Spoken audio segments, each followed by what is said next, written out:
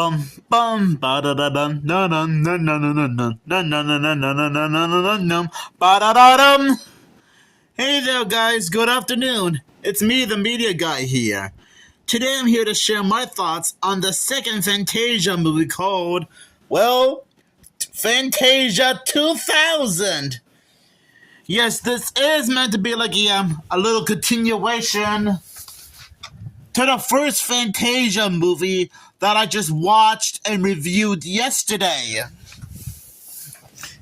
If you saw the title and if you saw the thumbnail of this and the title of this video, you probably figured it out by now. Okay, Disney animators and filmmakers have again burst the boundaries of imagination with Fantasia 2000. Fulfilling Walt Disney's original version of uniquely fusing sight and sound in a full-length motion picture, this film begins where its predecessor Fantasia left off, with 7 completely new segments and the return of the popular The Sorcerer's Apprentice, which I guess in a nutshell that technically means there's 8 segments. In this fun-filled movie, breaking images are coupled with classic music from classical music favorites, from Beethoven to Gershwin, from flamenco bobbing yo-yos to a city and bluesy motion. Vivid animation brings the music of the masters to colorful life. 60 years after the original masterpiece, Roy E. Disney has orchestrated a brilliant collaboration of more than 1,200 artists and technicians, including the animators of The Lion King, Beauty and the Beast, and Aladdin, to present Fantasia 2000, a film filled with dazzling moments and arguably the greatest Disney film ever that is sure to captive viewers of all ages. Not gonna lie, I actually like this one. I'm not gonna lie, this might be better than the first Fantasia movie. Now, don't get me wrong, I have nothing against the first Fantasia movie. I really don't. I already explained in my review yesterday that it's fantastic. But I will give the filmmakers props for stepping up their game a bit with the brand new segments in this movie. Like, we even got a little bit of our own.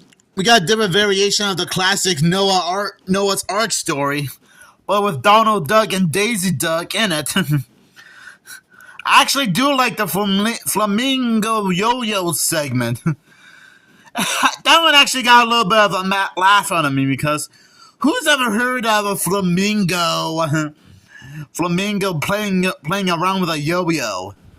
Wait, don't take that out of context. And I gotta admit, the Rhapsody and Blues music is quite catchy. I mean, it's like the type of music you would hear in certain clubs back in the 20s, 30s, 40s, or 50s. Depending on when the music industry was still something.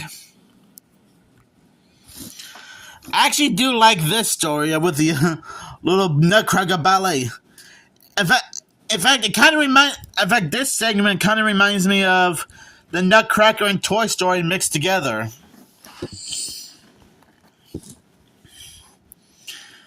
Now, this one also has a decent amount of different celebrities making appearances, like Steve Martin, Penn and Teller, and James Earl Jones. Now, I'm not gonna lie, James Earl Jones is not a stranger to Disney.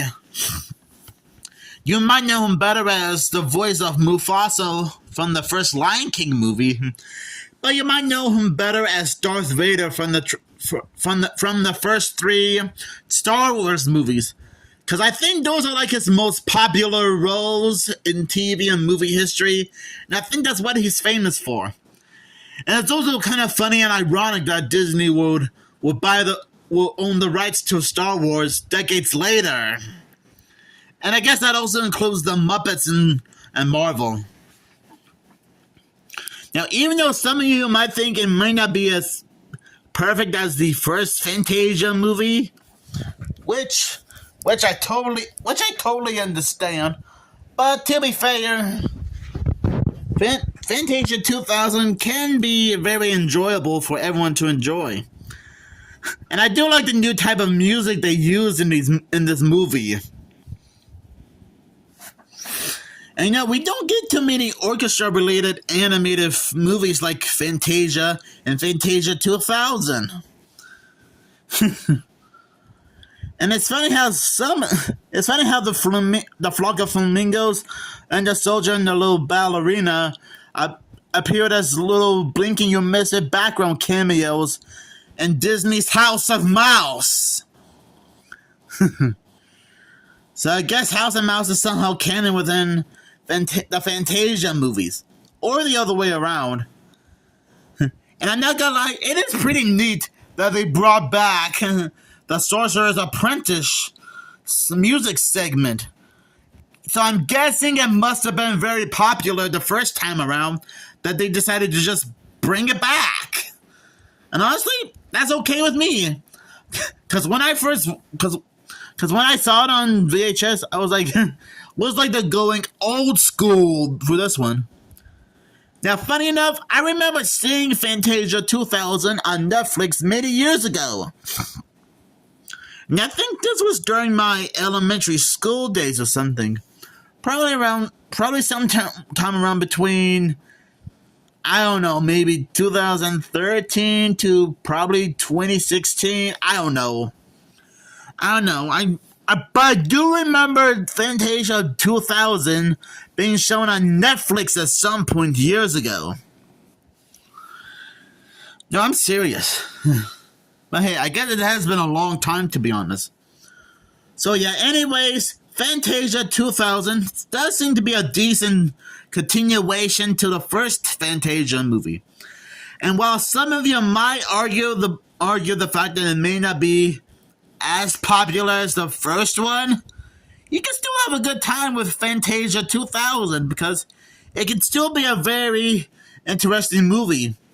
And it's perfect for all music fans alike, especially me, considering how I still listen to some songs all the time, mainly from the Blues Brothers, the Rocky Horror Picture Show, Little Shop of Horrors, or anything Elvis Presley makes.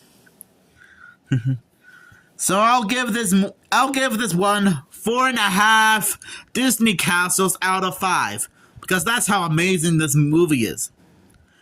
And maybe someday I might find a copy of both Fantasia movies on DVD. Or maybe as a double feature. Maybe as a double feature DVD. Who knows, but only time will tell if you know what I'm talking about.